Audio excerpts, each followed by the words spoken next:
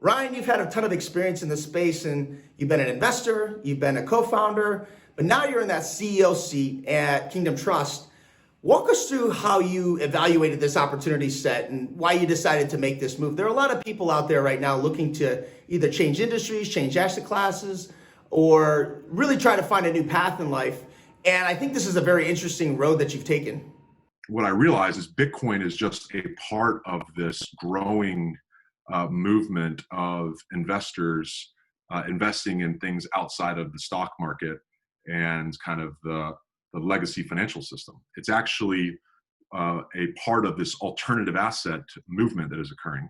And I looked at, okay, where is the fastest growing subset of alternative assets? And today that's actually in United States retirement accounts. So the United States retirement account market makes up $28 trillion of invested capital, 28 trillion. And the fastest growing group of assets in that 28 trillion are the category of alternative assets. And of alternative assets, the fastest growing is Bitcoin. So what I noticed is that what's happening there's two things that are happening. On one side of the equation for people that are trying to invest, you are only able to invest at places like Schwab in stocks and bonds and legacy assets. You can't invest in digital assets. But then on the other side of the digital asset equation with these exchanges, many of the exchanges are almost burning their customers by sending them further down what I call the crypto rabbit hole. So they'll list tokens that may not be ready for prime time for the majority of their customers to get trading revenue. But they're only allowing them to live within the crypto environment. They aren't letting them pick the quality other alternative assets like gold or maybe some top tier stocks. No, you're stuck with your Bitcoin and your other cryptocurrencies. So the vision here is to take the top quality assets from both the legacy alternative world and the digital world and put them into a platform where you can access any of these from one account. And the movement I saw is in this United States retirement market, which is massive. Alternative investments is a frequently used term in the financial space. And when I think of that term, I think of hedge funds, I think of private equity funds, structured product vehicles. But you can also categorize Bitcoin as an alternative investment. Should Bitcoin be thought of that way as an alternative investment?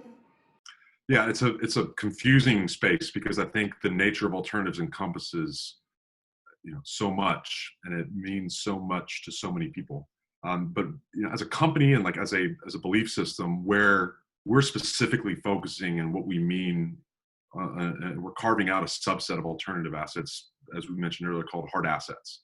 And what we're doing is we're leaning into the community that are investing in things with their Austrian belief system as like the lead, amongst other ways of analyzing portfolios. So for alternatives is, you're right, a very large scope of different assets, from REITs, from hedge funds, physical commodities, to digital commodities, digital assets, cryptocurrencies. That collective group is increasing in the U.S. retirement market. But where we're going to focus on is in the communities there that are leading with an Austrian economics lens into their investment portfolios. And we are carving out and focusing on a subset of those alternative assets that are called hard assets. So that's really what we mean and what we're focused on, and where our mission lies in advancing those in the larger investment space.